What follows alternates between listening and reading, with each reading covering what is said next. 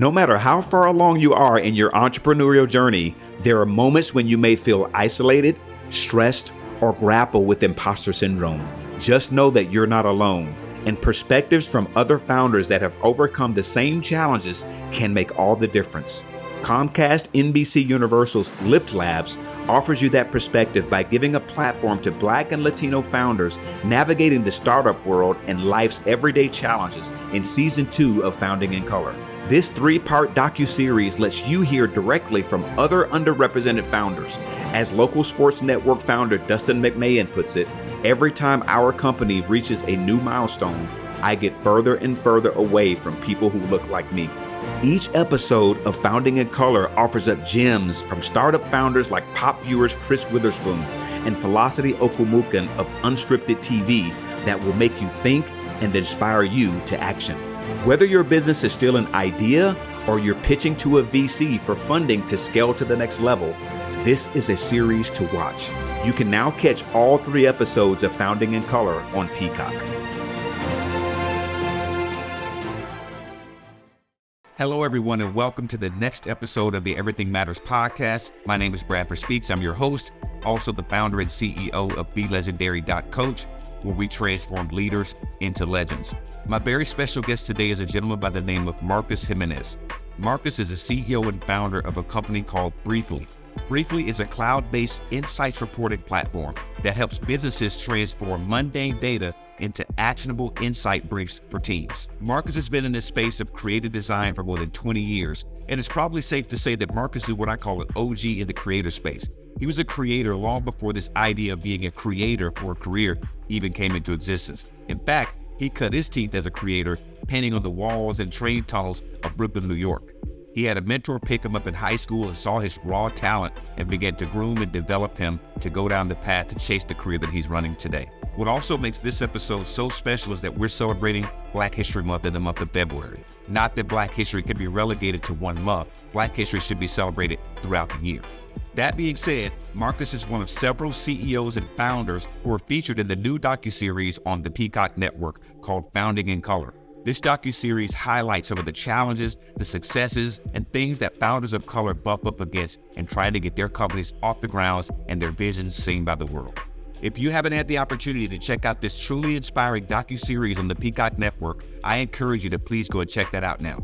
You'll hear stories shared that are moving and will give you insight into some of the challenges and struggles that founders of color face in the world of business. Marcus is a true trailblazer and a thought leader in the space of creative design. Please help me welcome Marcus Jimenez, a super cool brother, to the Everything Matters podcast. Marcus, welcome to the Everything Matters podcast, my man. Let's get it popping.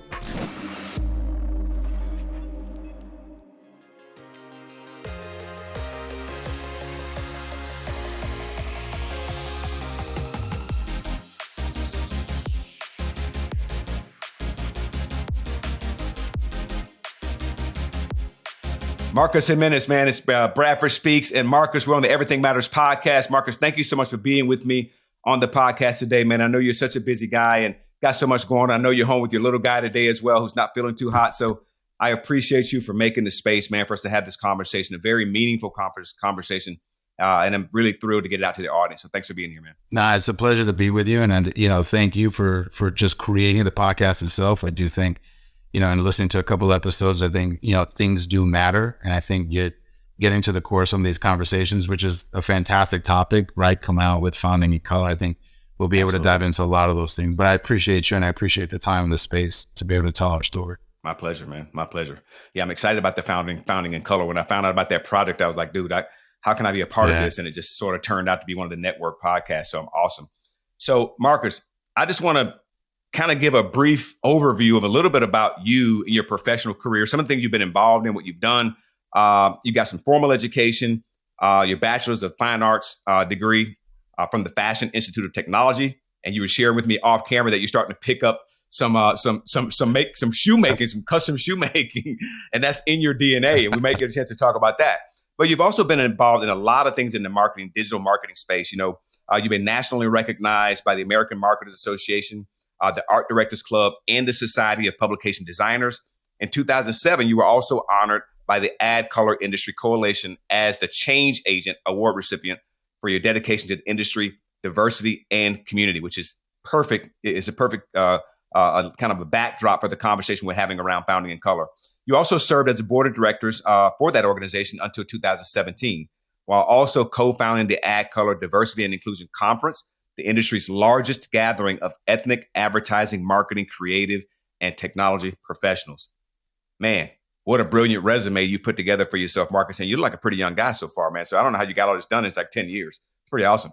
Yeah, I'm trying, man. I just try to stay busy, man, Yeah. But it was getting here was not I didn't take the straightest route. I think, being a Latino founder and of a startup in the B2B SaaS space, you would not have imagined that would have been the path that I did. But some way, somehow, the universe puts you where you need to be. And there it is. And sure enough, I got here. But yeah, indeed, it's been an incredible journey. And my founder's journey of getting here is one part. I think it's part of what is, slowly becoming a trilogy, I think, in my lifetime, in my life's work. But yeah, I started out, I was born and raised Puerto Rican from out of New York. And I was born in what is now, back then it was Bushwick and Williamsburg. Now it's all East Williamsburg or whatever, Solomon, whatever the hell you want to call it. But back then I lived right by the lumber yard over by, There was a big ass lumber yard over by, Machos and Bushwick. Right.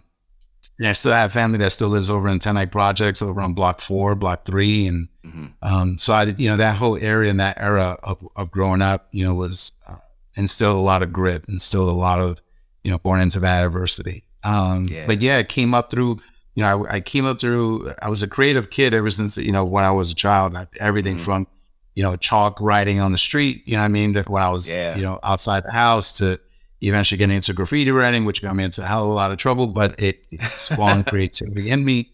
And the irony was that, when I got into graffiti, actually, what I realized later was that teachers saw that I was always writing, and it was actually a calligraphy teacher, Mr. Ray, who actually picked me out of the group. He kept seeing me doodle in my notebooks, and he was like, "You've got some talent," and plucked me out. It was like, "You need to join my calligraphy class." And I started writing calligraphy, and that put me on a path towards artwork. And that eventually led me to music and art. I went to Music and Art High School of Fame. So literally like the movie, yes, my friends reenacted those scenes of fame outside, whenever we were on lunch or outside of the school. Yeah. And I made my way into, and it was an African-American illustrator, my homeroom teacher, Dr. Bing, that saved me from dropping out of high school, back then. Yeah. And I've always had these angels, along my way. I've always been able to kind of put me on the right direction, and they've always been people of color. You know what I mean? I've always had that luck. I've always had that. And so eventually that led me to FIT. I got plucked out to start an internship at a Hispanic agency. And we touched a little bit of this on Founding in Color. There were 3 Cubans that started Vidal, Fernandez, and Moya. And Manny Vidal was one of the partners. And, I took to him. He was like a mentor of mine. And he planted the seed in my head, don't ever work to live, don't ever work to live, work to own.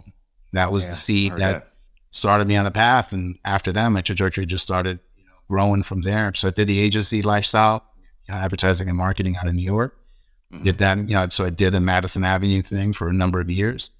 I had a small studio right around 9/11. When 9/11 came down, it was a horrific event for New York. Yeah. Right when we were starting to come out around 2003, I got recruited to head out to Denver, Colorado to start up a Hispanic arm of an agency that was owned by Omnicom at the time. And I headed out west, and people thought I was crazy. Manny even thought it was like, "Yo, you out of your mind. Your career's just gonna like you out of the graveyard. Now you going to Denver? Like, why are you doing that?" Everybody was like, "Where are you going?"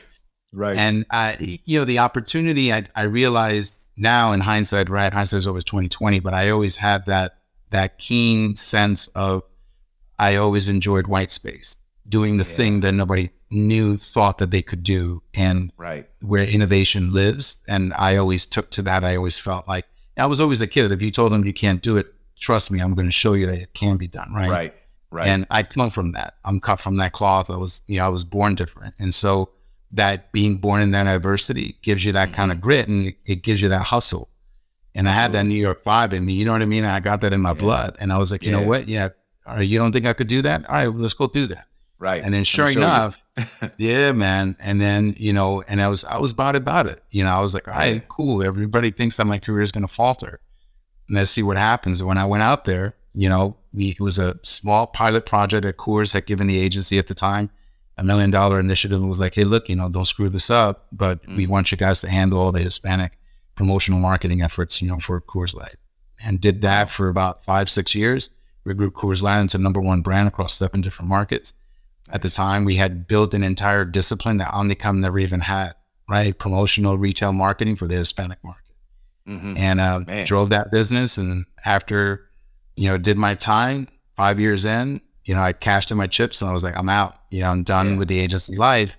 It was time for me to start doing it for my own. I, imagine the scale of what we were doing, and the amount of money and wealth that we were driving, right, for a brand. I was like, what, if I could take 1/10 of that and just do that for me and my people, then all of a sudden, you know what I mean? At least I can say no to projects. At least I can choose the people that I want to be able to work with. And started a consultancy, and my wife was like, you need to just be done. Here's like, $1,000. And just, she, at that time, she had just finished her JD. So we were switching, I covered her while she was like studying for the bar and getting everything set. And then I was like, all right. She was like, you know what? Take some time off. Don't take a job. Like, just relax and chill. Like, I got us. I'll hold this down and, just take some time off. Like, at that point, I had been working since I was 12 years old, 13, under the table, working on Graham Avenue. You know what I mean? Like, working out in stores, working retail. And by the time I had left the agency, I had worked. I was 33. I had worked for literally 20 years, and I had never taken more than 2 months off. Like, even during that time when I was 13, 14 years old, I had summer jobs. I had after school jobs. I had to make, I almost dropped out of high school because we needed money. And coming up that way, having that hustle in me and that grind in me, I lasted 4.5 weeks, 5 weeks. And then I was like, I got to do something. And sure enough, I started a consultancy and took off. Started working with PepsiCo, started working with a number of different brands. And that's where the seed for, Breefly came to, we can get into that. But I think, I wanted to give you that full spectrum, because I think there's a lot that what really mattered, I think, in this conversation, and that trajectory was culture was a gargantuan piece that directed me. I think the ability that I had, that it was ethnic professionals that were teachers or from middle school to high school, all the way through college, right? It was people along the way that saw that I had an ability. I was not polished at all. I was not like one of those kids that knew what he was doing, but they just knew I had talent. It was raw. And they were like, you know what? He has ambition, and that's great, but he has some talent. And you know what?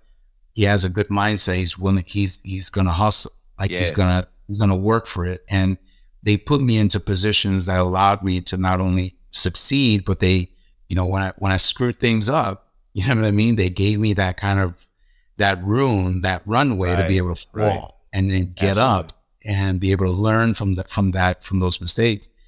And then it was in that mix when I was in the agency world, and I had, so mind you, right back to the point of, like my career was going to falter. It was when I came out to Denver that it was in 06, 07.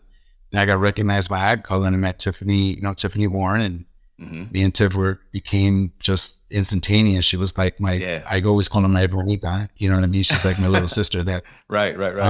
And we hit it off, and AdColor is one of the greatest jewels of my career, of my entire path. That's awesome. So, great stuff. Yeah. So there's a lot in there, and but I'd rather really wanted to anchor in that, I just think it's very timely, and it's very much in line with what the discussions that you have on this podcast. I think the things that mattered was, culture and this idea of people of color that saw somebody that had, talent and said, you know what, I'm going to help that one. Yeah. And they reached back and they threw a lateral wall, man, to help me get over it. So. Exactly. Yeah, I mean, I hear a lot of what you share. Yeah, for sure. And that is, I mean, I've had this conversation on more than one occasion, as you can imagine, being the direction of the podcast here.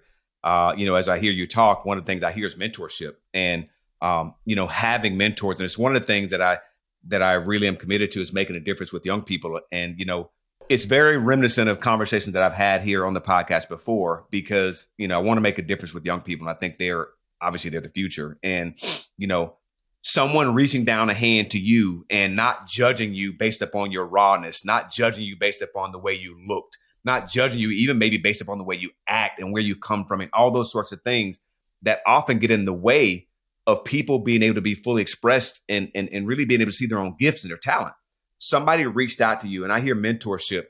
So one of the things I want to go back to is you were doing a lot, like this is manual, right? Calligraphy is a very manual art. When did the idea, because we may be about the same age, and we both have seen this digitization come across the world and everything became digital.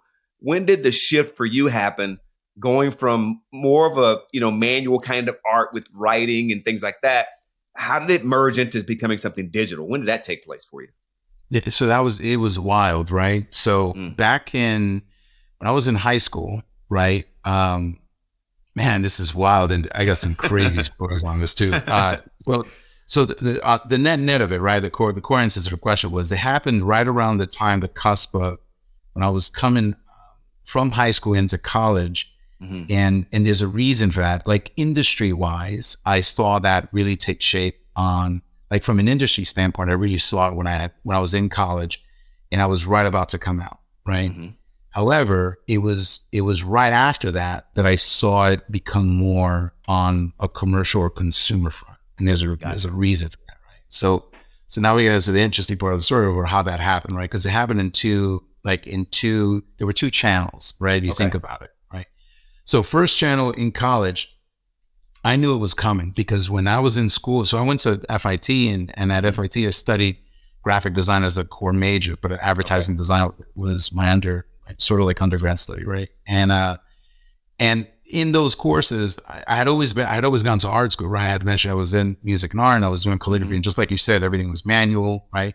And all of my friends that I got a 3-decade brotherhood of all my graffiti writers in Brooklyn, like in over at this point, they would go crazy about this conversation here, like Gumby and everybody, Exile, you know what I mean? Clear, everybody, Beast. Right. We were they were all writers. They're my idols, right? They were my idols. They're people that I love and admire, the creativity. I absorbed 1/10 of what they were able to just spit out, and I was just fortunate, right? But they have incredible talent, and running with them, everything was they opened my eyes to what creativity could be like. And for me, I got into letter forms. Well, when you study the graphic design, at the time that I was going to school, there were still these things called type houses where you would actually go and you would create the posters that you would want, right? And literally like whether it was a cover for a magazine, you know what I mean? Didn't matter what it would be. You would style it, you would design it and send it to a type house. And all those type houses would create these films that they would then get back to you. And then you would actually overlay them, your photographs, and create the posters, right? So it was a rudimentary manual way of creating poster design. Right. Think of it that way, right? By the time I graduated in the 2.5, 3 years that I was going through college in that transition period, those type houses went from they supplied us with everything that we needed for our classes to becoming literally gone because computers got stepped in. Wow. So by the time I graduated, I bought back then an Apple Maxcentress computer that ran me G's, It ran me close. It was like over 5 G's to buy. Wow. I had no idea what the hell I was buying. I had never used one. I took out loans on it. It took me like 9 years to pay that off. It's totally obsolete. By the time you play it off, it's totally obsolete, right? It's like, man, it's like inflation is nothing. Inflation was nothing compared to that. Like it was like it was like buying the equivalent of like buying like a Range Rover. You know what I mean? Right. College, I was broke, right? I was surviving like on 50 cents. Like I had to figure out where I can get a bagel for $1, right? Every day. Right. Well, I had to buy this Maxcentress. So I buy this computer and I had no idea how I was going to use it. We were not using computers in school yet. They weren't. They were just becoming these computer labs that they were starting to outfit. Yep. But I knew I needed one because my type houses were going out of the way. And I was like, well, I'm going to have a career in this some way, somehow. I know that everything's going to go digital at some point. So I got to figure it out. Right. Graduate.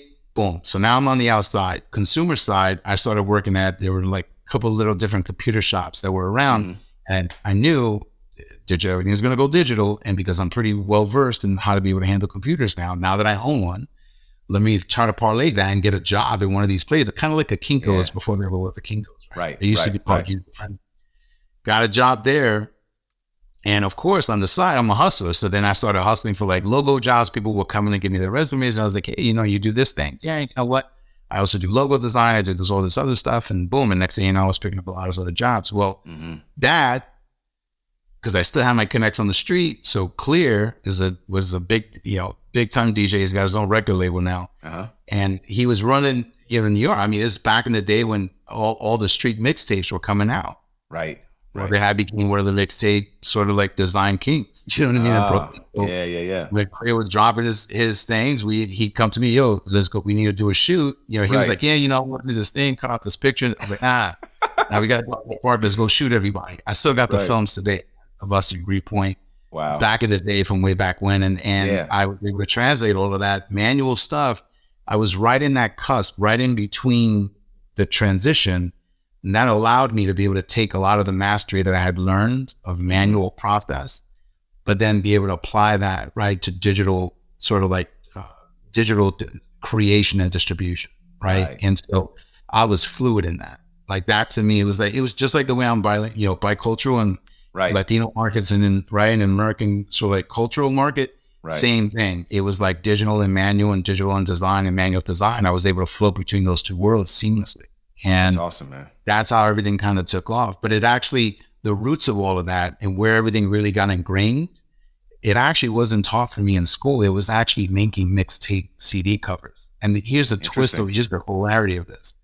By the time I got recruited to come out because my mom would see me late at night, right, working on Clear's tapes and working on the CD covers and everything.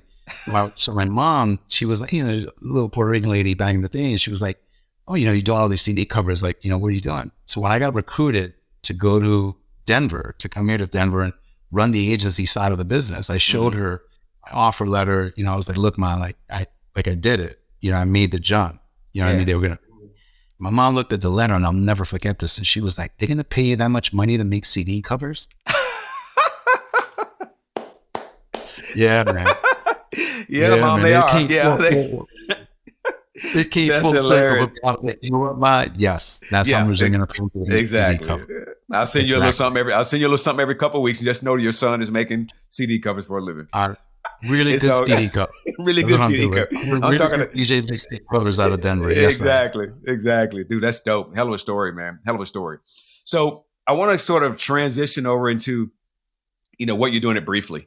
And I mean, I went on the website and just watched some of the videos and checking out what you're actually doing. So you and I both know that content is king, and it is going to be right now for the foreseeable future. Content will continue to be king, right? So when did you actually start Breefly? And, and I don't know if this is sort of goes in line with the answer you gave about seeing the digital revolution happening, but when did you see that content, because what you're doing with Breefly and content, making it actionable data, right, is a little bit different and it's kind of unique. So I really like that because I work for companies. I consult with companies, and I know that having that data presented in a way that they can actually use it to develop action and strategy is so critical to the business, right? So when did you start to see the value of content for one, and then the importance of being able to take that content or take whatever data you got, right, and aggregating that to make it actionable items for a company? When did you see that all taking place?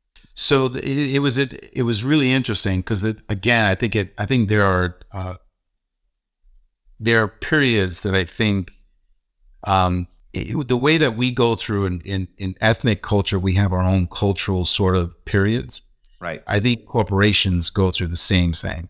Right. And I think we went through one that was dynamic. So let me give you the setup. So just to level the playing field, right? So Breefly is really just a quick summary of that. Is essentially Breefly is an insights reporting platform where we allow, and it's endemic. It's really for a niche audience in the corporate sector and the B2B side. And really what we did was we created a tool or a platform solution that's cloud-based that allows like market researchers and people who deal with like insights See, most people don't realize that when you see a Super Bowl just happened, right? So this is a good example, right? Right. Before you create the commercial and before you create the ad, there's actually a wealth. There's a whole exercise for about a year, 18 months in advance of that commercial coming out. That research was conducted, and they went out, and an agency went out and collected insights or collected data on a variety of different consumer targets, et cetera. So there's like the science before you get to the art. Well, all those researchers and all those insights professionals, they have to manually work with the data that they go out and they collect. And then the challenge that these companies have is they have to compile that information into some way, shape, or form. Typically, it winds up being like a presentation document, like a Canva, you know what I mean, or a PowerPoint file. Right. And then they have to deploy that, they have to distribute that to all the different marketing teams. They have to keep these teams informed because the teams have to know, they have to have data in order to create the marketing that they want to be able to put out into the world, right? So you don't want to just create marketing that's not backed by data, right? Because then it's just, you're just creating. Right. You're not creating smart, which could be fun, just might not be very profitable, right? Yeah, exactly, right? So you're just blowing money, right? Right. So these companies, they struggle with that. And because a lot of that process, right, is very manual. And example that I always give is that, and this is what we got recognized for. So the consultancy that I started, back in 2012 that I had formalized, is we worked with a lot of companies, a lot of B2B companies. And one of them was and I give this classic example of like PepsiCo. PepsiCo was a great, time. It was fantastic. I mean, it was when the whole crew was there. You know what I mean? Frank was there. A bunch of us were there.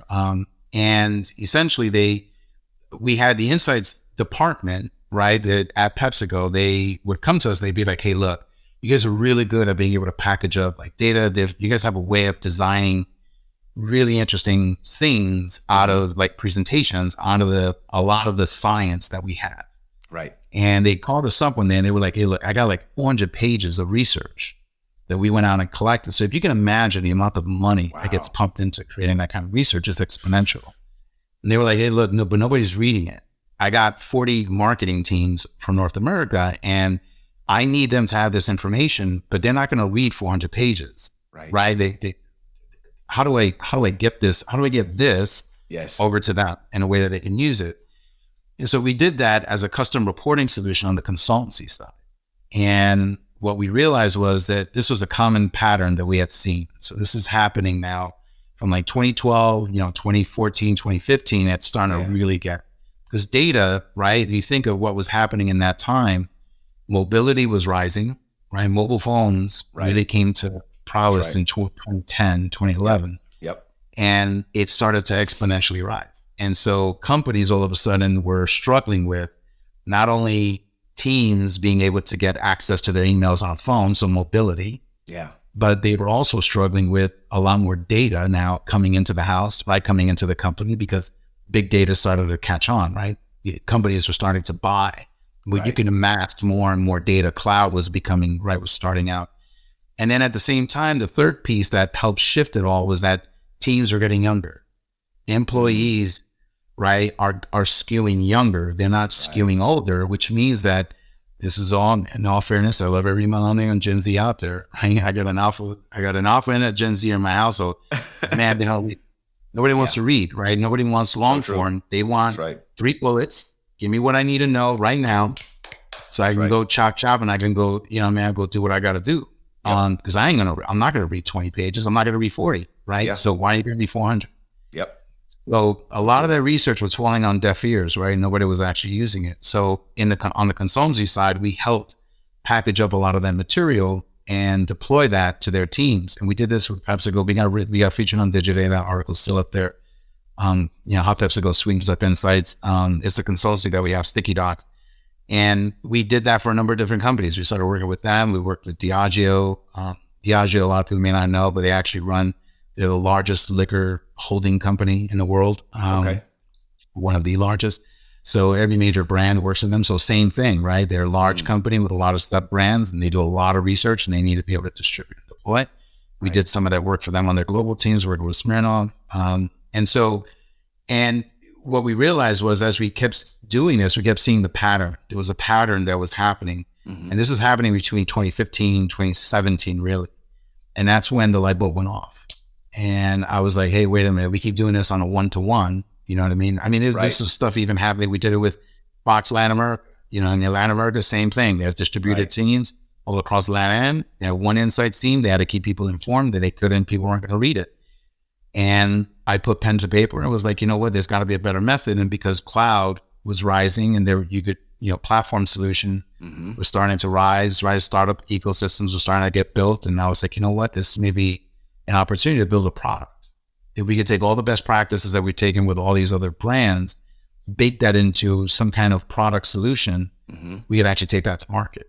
And sure enough, I put that down, a rough outline of what that was going to be, started tinkering around, spent a lot of money that I shouldn't have, in developing some preliminary stuff, right out of the gate. Sure.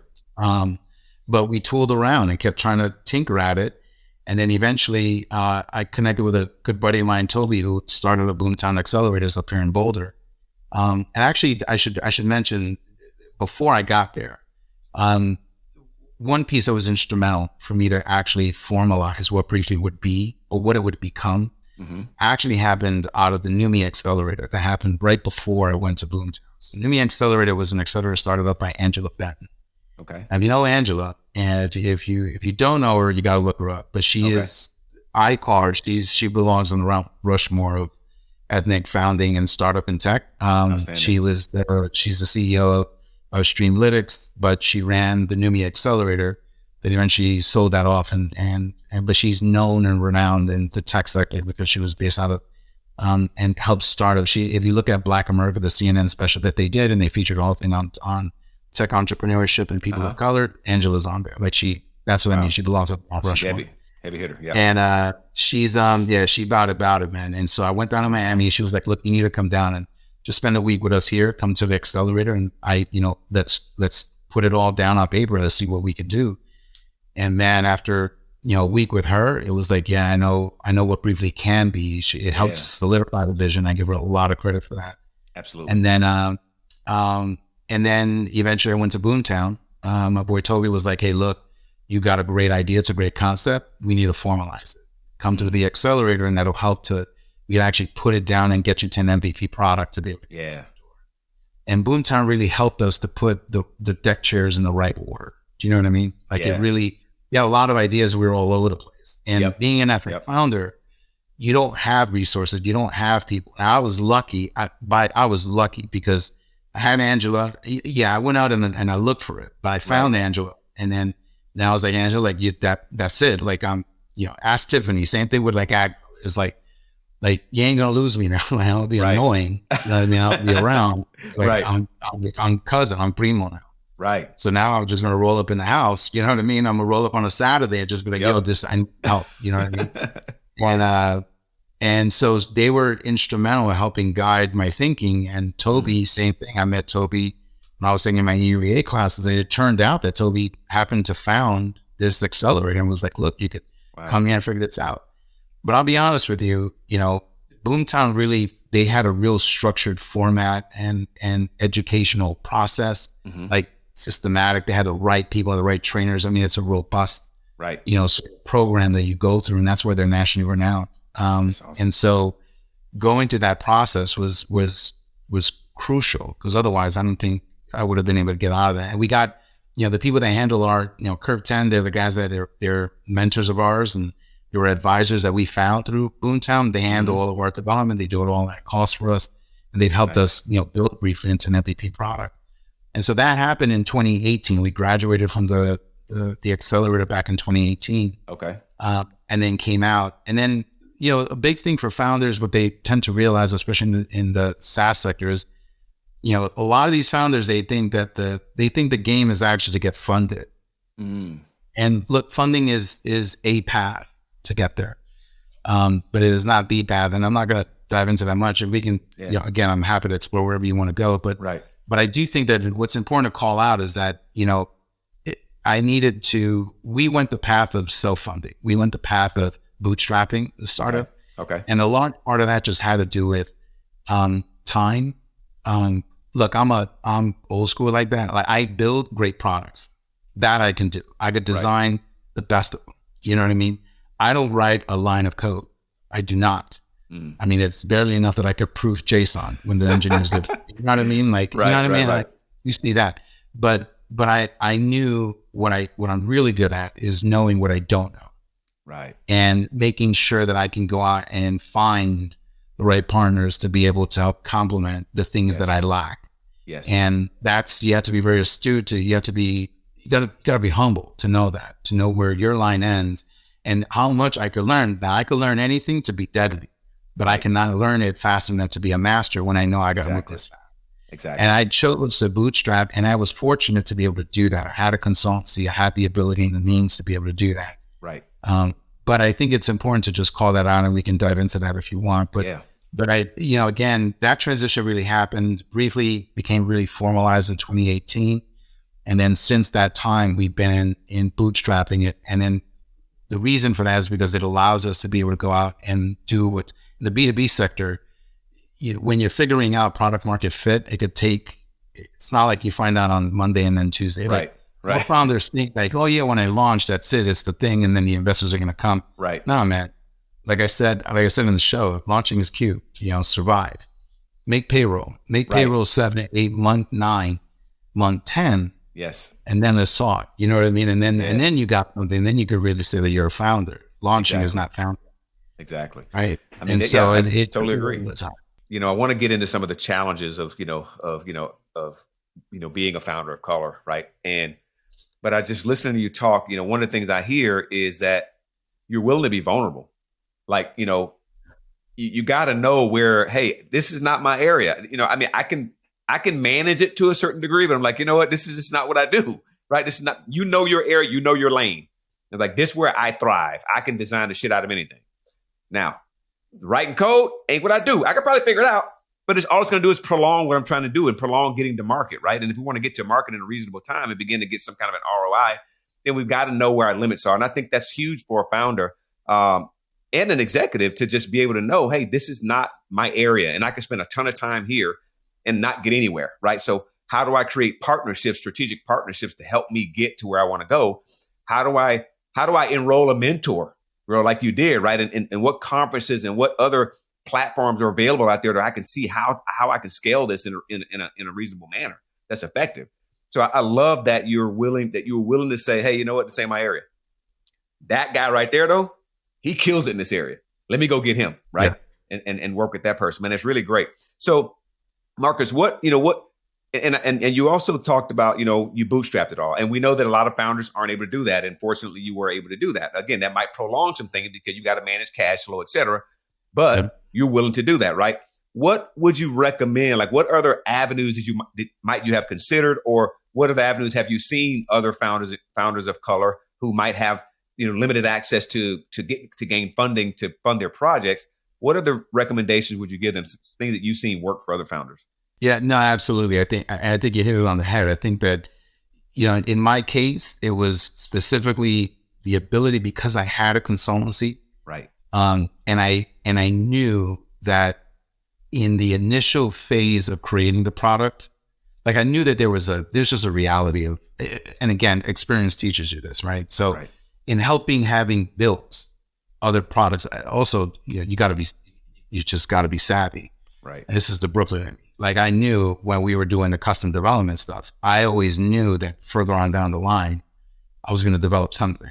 Right. So I used every project opportunity to answer the client need. Yeah. But at the same time, I did it always with the antenna up, of realizing and picking, all right, I need to keep that. And then I need to keep that, because eventually I'm just going to combine all those things. Right. And so you have to, you're absolutely right by hitting it on the head about saying how much time it takes. Because it's also, bootstrapping is a way to save, but it's costly. And it costs you time. Yes.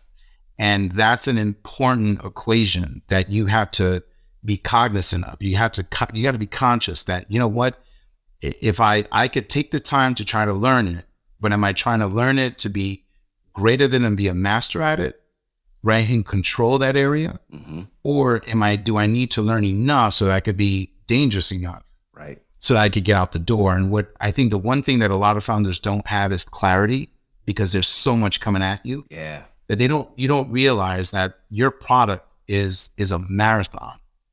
They call it sprints because you need to do sprint runs to be able to get to the run, but you're not sprinting to funding. You're sprinting to build a company. It's different. Right. And I think it's a marathon, and you don't realize that when you're a founder that your product is going to go through 100 iterations, and there's going to be 100.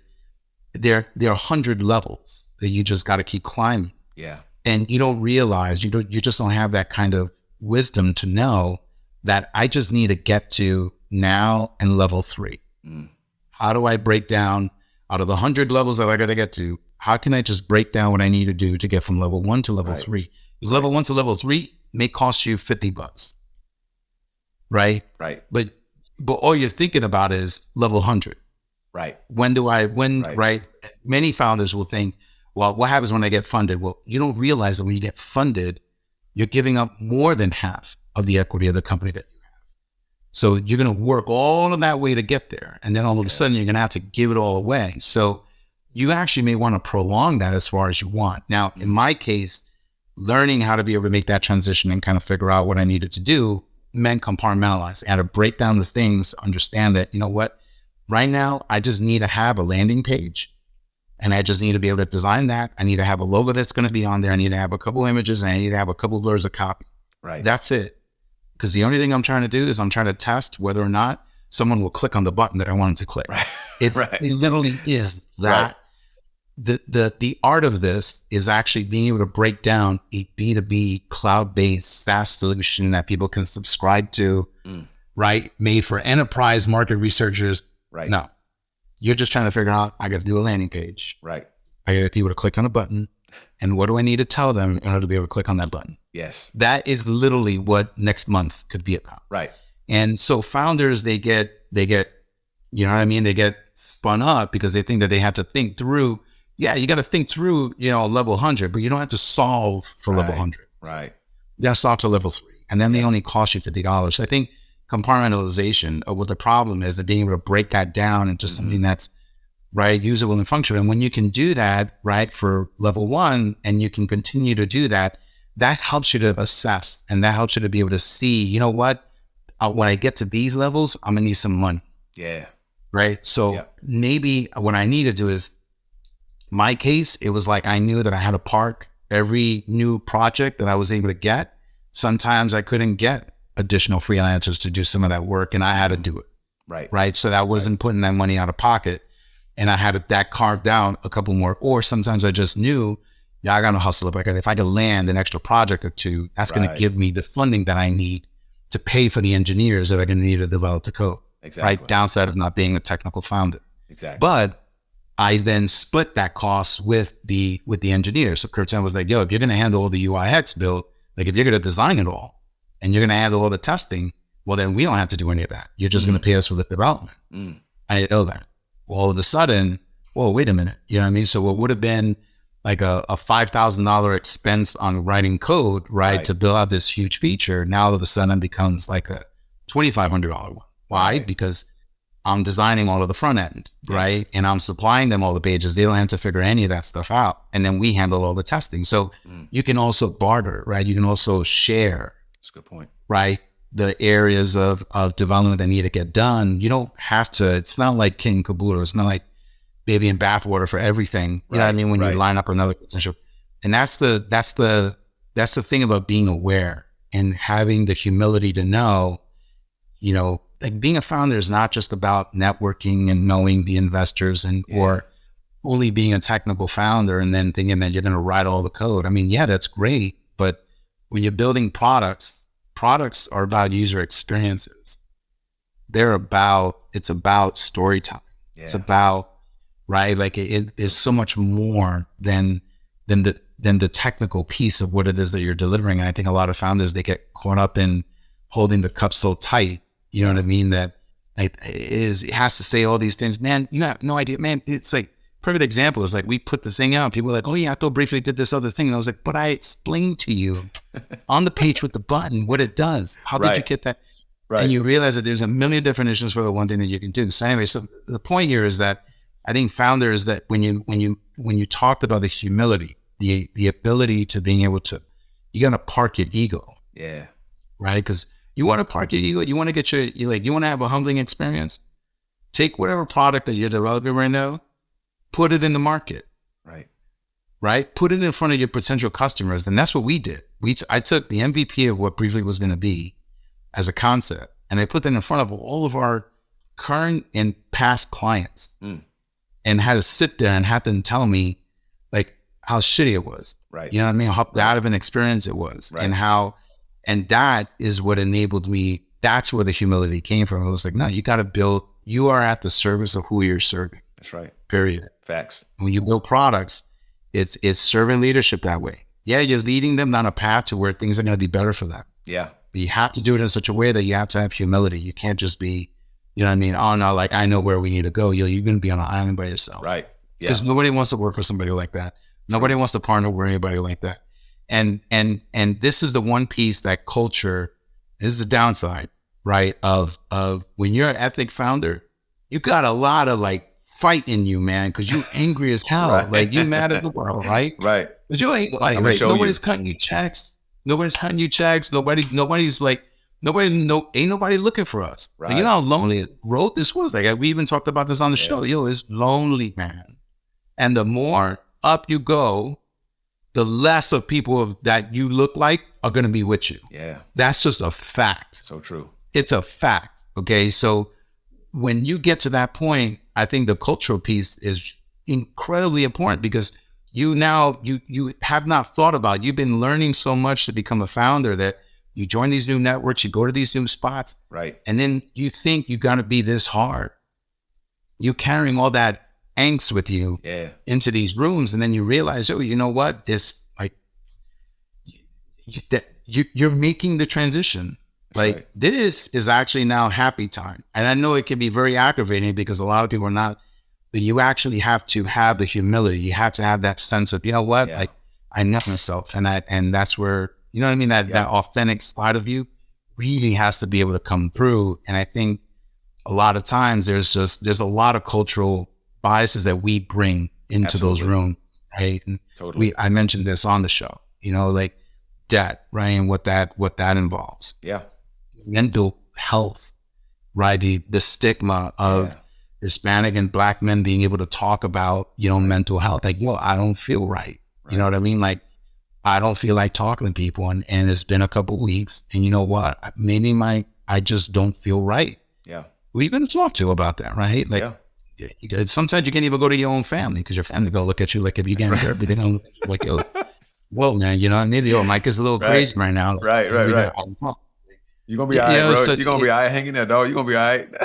Maybe you know, like, okay, you know, but I think on the other side, what I can tell you, like I went through, you know, before my first ball was here, and I don't want to go too much off on a tangent, but I do think that they're just important pieces. And I think you hit it on the head. It has to do with humility, but the humility comes from, you have to be centered. Yeah. Right. And you don't want to get in this game and do this, man, because you need your soul has to be filled. Yeah. Your soul has to be filled. You have to have, you're doing this. It's not for money, man. Right. It's not for money. Man. Yeah. You got to do this. You're building wealth. And if you're trying to build wealth, right, that's generational. That's not 100%. About pay. That's not about making payroll. You can do that and go get a FedEx shop or work for Amazon. Right. You know what I mean? You want to get money. There are faster ways to do it, easier ways to do it. Right. This is different. And I think the humility component is core. And at the same time, I think a large part of that comes by way of, you got to find your authentic self and you need your soul to be full. Yeah. And without that, you'd be an empty shell, man, just, you know, building product, and people will know that. Exactly. Partners will know, my employees will know that. And so I just think it's important to call that. Yeah. Totally agree with you, bro. Couldn't disagree at all, even if I wanted to. So let's talk about real quick the opportunity that came to be a part of the Founding in Color series on NBC Peacock. How did that opportunity come about, and what has it meant for you as a founder of Color to be a part of that and the message that you're able to get out to the masses? Yeah, so it was really interesting because actually I had found out when I think they were shooting or casting for season 1. Mm-hmm. And a I was trying to remember. I believe it was Boomtown. Because they worked with Comcast Labs. Okay. And it was the beauty of going through an accelerator, right? You're part of the alumni network. And I remember there was a link that went around about, so like Jose, who was one of the guys up there, was like, yeah, you know, they got this thing about Founding in Color. He's like, you should just check it out. And I went to Founding in Color and saw some of the season one. I think they were casting for something. Okay. And they had put out a call and they were like, hey, look, fill out this online sort of like survey. And I was like, oh, this would be great. Like, I'd love to just hear more about it and send some stuff in. And then forgot about it, right? And then they did season one. I think I saw one of the episodes. Can't remember which one it was, but I saw one of the episodes. But it wasn't as, you know, just sort of out there as much. It was harder to find. It was really niche, I think, when they first did it. And then, so it was like a year goes by, or like I don't know how long it was that went by. But then last summer, I got a call from Akima. She was like, yo, she's like, yeah, look, you submitted your stuff to Founding in Color, and I'm one of the producers on the show that's helping out how the group do this. And I was like, and I full transfer, I was like, Akima, I was like, I'm not sure if I remember. Like, and then it was starting, you know what I mean? Like you start having all the pictures in your head. Right. Like, oh, right. Yeah, I remember now. She's like, well, when you submit your stuff for season one, but she's like, but your stuff's great. She's like, I'd love to talk to you about, would you be willing to cast for a season two? And I was like, yeah, absolutely, for sure. Like, if anything I can do to help tell the story and kind of grow whatever it takes. Last summer, they lined up a couple calls, met, you know, Bree, and when Bree came on, and this is about this story, the lesson is about the power of the network, because you never know where you're going to go, right? You never know where it leads you. Absolutely. So Bree was one of the exec producers from Revolt, from the agency side of Revolt TV, and they were producing the job. They took over the production. Okay. And they were like, hey, look, we'd love to talk to you. And in that casting call, we started talking, and she goes, yeah, you know, I'm going to have our executive creative director, Andre Willery on. And I was like, wait a minute. I was like, is that Dre? And she was like, you know Dre? I was like, I awarded Dre with that color, like, I don't know, maybe 10 years ago. We're in the same book. Right. Literally the same. I got the book somewhere on here. And we're in the same taglines, but we got featured in the same book as the inaugural classes, you know what I mean? That came out with ACO. We wrote this huge coffee table book. And Andre is something that I was always a fan of, because he's just a phenomenal creator. Yeah. For his generation, phenomenal dude. And I was like, you gotta be kidding me. And she was like, and she goes, yeah. She's like, and you also know somebody that I work with. And I was just like, and then I put two and two together. It's a good friend of mine, Lindsay Reebling. She heads up Insights there. Lindsay helped give us a lot. She was one of the people that we actually put the MVP of Breefly in front of to help us, you know, learn what we can do to get customer feedback. Like, how do we build a better product? And Lindsay graciously was able to give us some great feedback on the build out.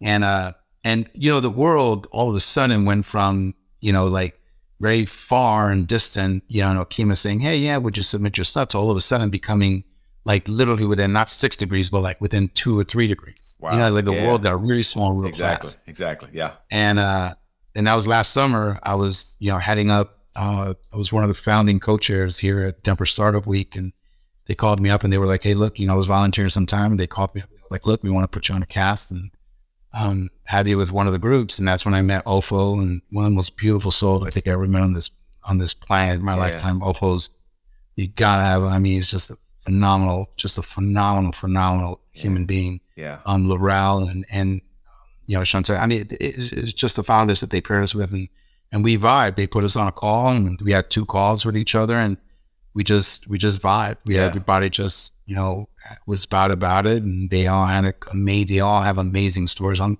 fans of theirs, you know what I mean? And I just feel fortunate enough to be able to have shared that stage with them. Yeah, for sure. And then that's how it all came together. And then we got cast and then shot last fall. That's awesome, man. But we had to keep it on the wraps. And we couldn't say anything until. I know. Yeah, I watched several of the clips. We got an early sneak peek into some of the clips, and what you're pointing to is very evident in the clips that I watched. There is a certain synergy between you all on the set. Like, you can tell that conversations have been had, very rich conversations that have been had already off camera, and that is felt in every segment on camera. You can see that there's a connection there. There's a mutual admiration amongst each founder in that segment. So I really see that. So what does it mean for you? You know, not only being chosen, but for representing Puerto Rican Americans. You know, you're representing African Americans. You're representing all, you know, my wife's Filipino. You know, all the colors the colors of the spectrum that, people that will be considered people of color. What does it mean for you to represent that group? Personally, it was, when I walked in, I think one of the most profound things was when I walked in to do the shoot. First of all, this is why I love Dre and what they did with Revolve, and I commend them. Mm-hmm. They went out and partnered with your production company, with Basewood, and you walked in and the entire crew was ethnic. Wow. You know what I mean? It's rarely you ever go on. I've shot content for over 20 years in advertising.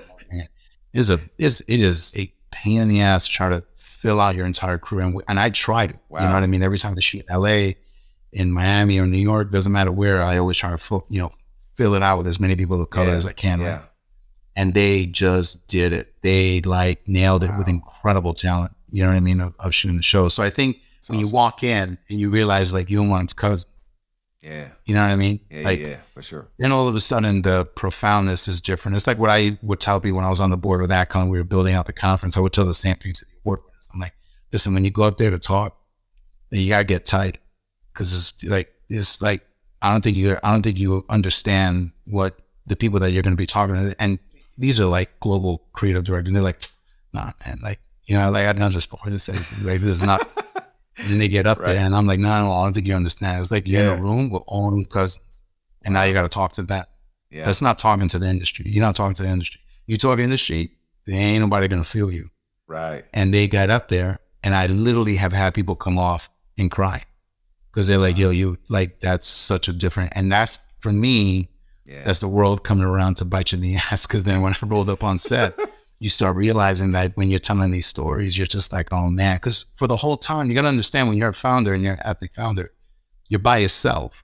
Mm-hmm. You're alone, right? And as a founder, it's not like you're going to go to your employees and be able to have conversations about certain things. You just can't. You just have to keep that. You got to keep that above board. And so when you're in that room, it was profound for me. I think of being able to and.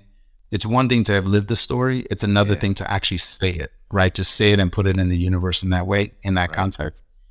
And sure enough, especially when you're, I mentioned this on the show, I'm of my generation and my family, I've come the furthest, right? Mm.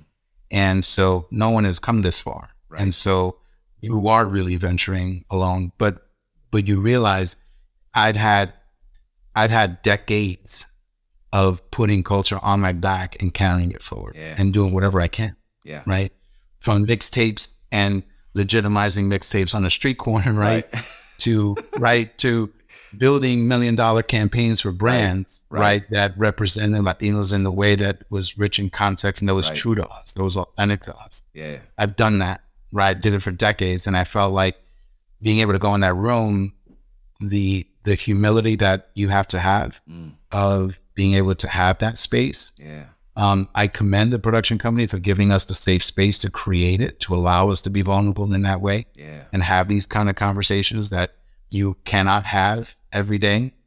And I think that was profound. So there was a sense of honor that I think that I wanted to be truthful to the story. And that's the reason why. I mean, a lot of times, look, and this is the thing about being a founder, especially in startup culture, I have issues with it because I think it got gamified, right? And for as much as I know a couple of people that went on Shark Tank and they do, the startup life has become more of a lifestyle than it is about. I'd agree with that. Right. Than it is about the work. Right. And it became more about that shiny penny moment. And it's, if you think about it, it's it's glorified. It's glorified, blood sport. It is. Investors. And if you think about it, I mean, we can get real deep.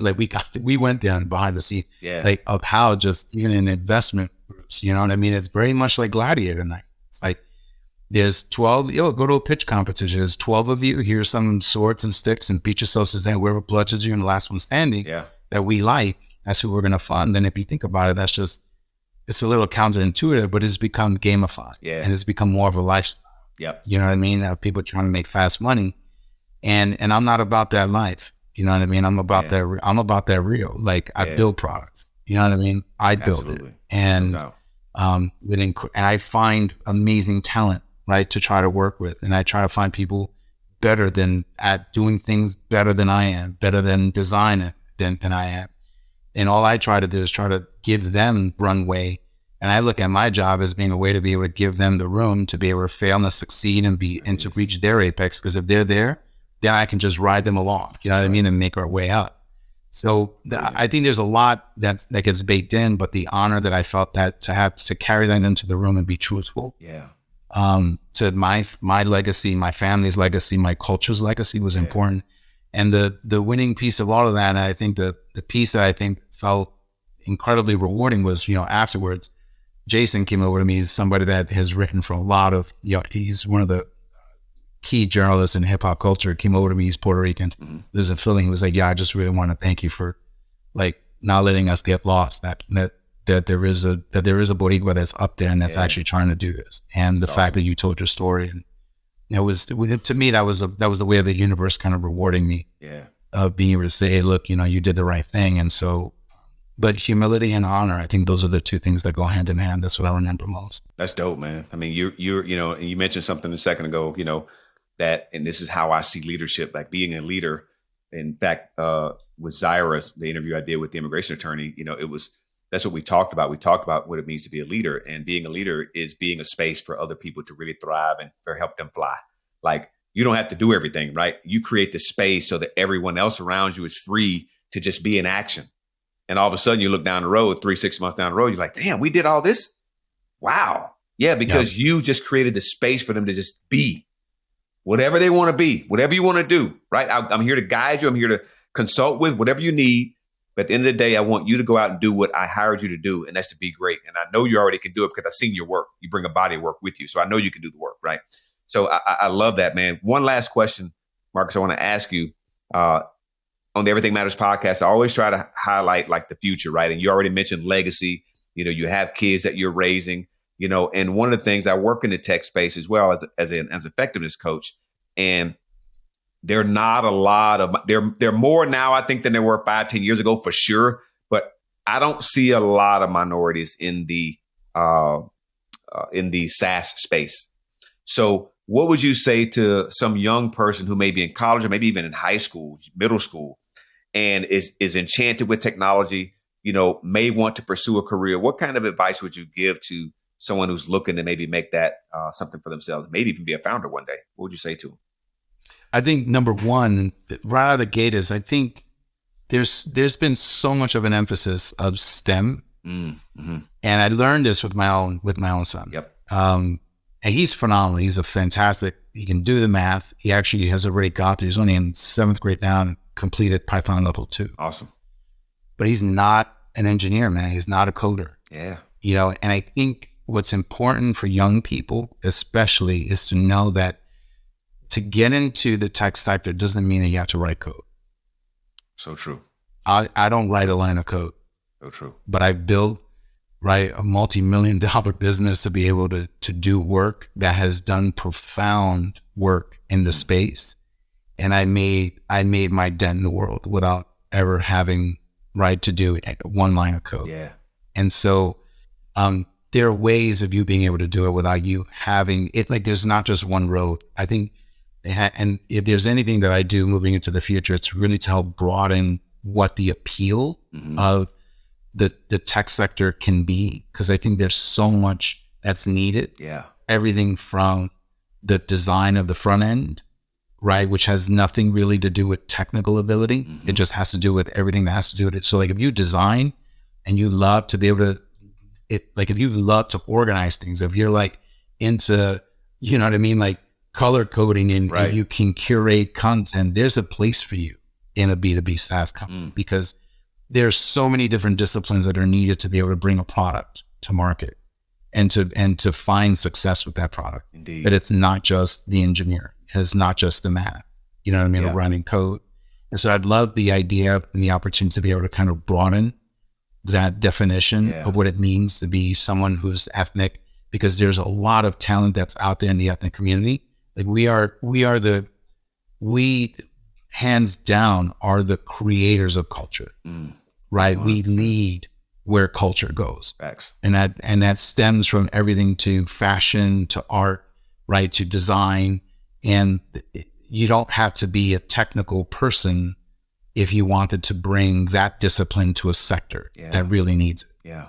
And so I think that there's something, for me, it's about being able to broaden that definition and not leaving out people that would want to be in technology, right? But they just feel like, oh, you know what, but I don't write code, or I don't want to be an engineer. You don't have to be, right? You can still be in that industry and still be in that space, offering and bringing your best self and bringing talent to that space and bringing value to it.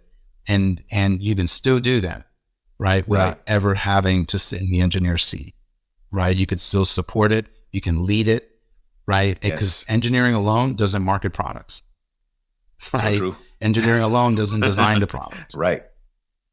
There's a lot in there. And so I think if you're a curator you're a creator of content and you shoot great video, they need storytelling. There's a way to bring that with you too. So I think that's a really important piece. Yeah. I did want to mention, you mentioned it. What's My that? wife's also Filipino. That's why I knew I liked it. See, isn't that anything? Right. That's awesome, man. We need to catch up offline. We need to catch up offline. Yeah, exactly, man. I always say when people ask me about my sons, I'm like, yeah, they're Bruno Mars. Right. They just have Bruno Pretty Mars. much. You got Bruno Mars kids, exactly. That's dope, man. That's dope. Man, Marcus, this has been a great conversation. It's I think we could go for another hour if we had the time.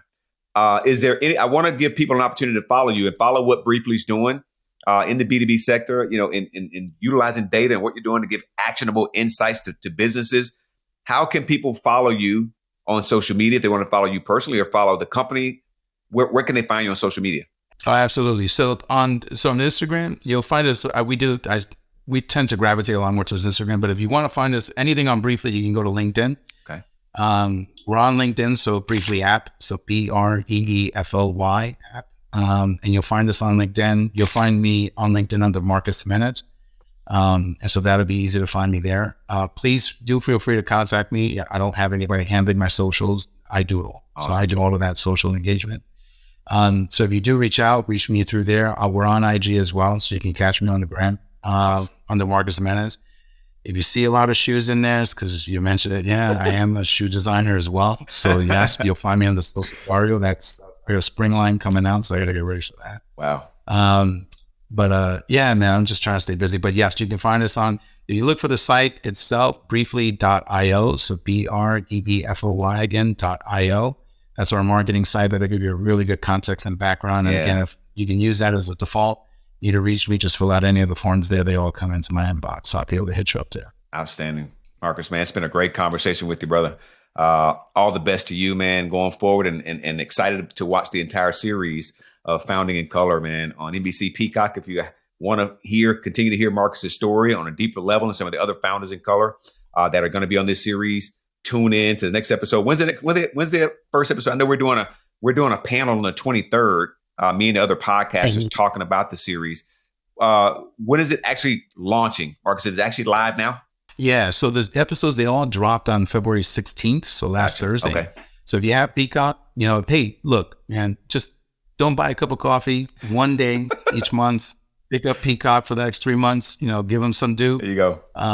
Just spare yourself a cup of coffee and just be able to do it. Just support it. I applaud what Comcast, LIFTLabs, Isaac was able to do. I think they're a phenomenal team over there with Jeanette. I mean, applause to them because they saw the opportunity, they saw the need to have voices like this. Yes. And without them, none of this would have happened. Salute to Revolt, the whole crew over at Basewood and the production companies that were handling this and being able to put it together. They really lent us their talents to be able to do it. So, incredibly gratitude to them. Yeah. But yeah, so the episodes dropped on the 16th. Take a look at it. It's beautifully done, beautifully produced. All the episodes dropped. You can actually catch seasons 1 and 2.